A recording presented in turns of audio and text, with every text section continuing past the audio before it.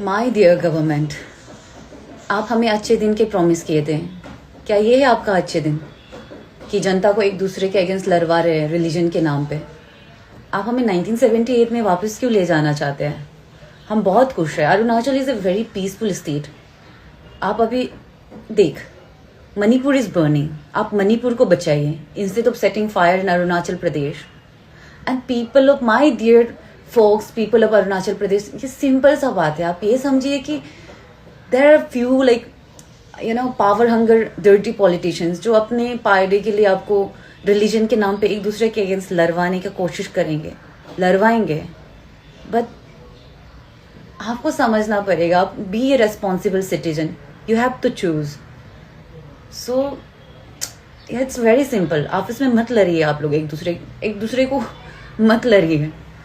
ये बहुत गंदा पॉलिटिक्स है।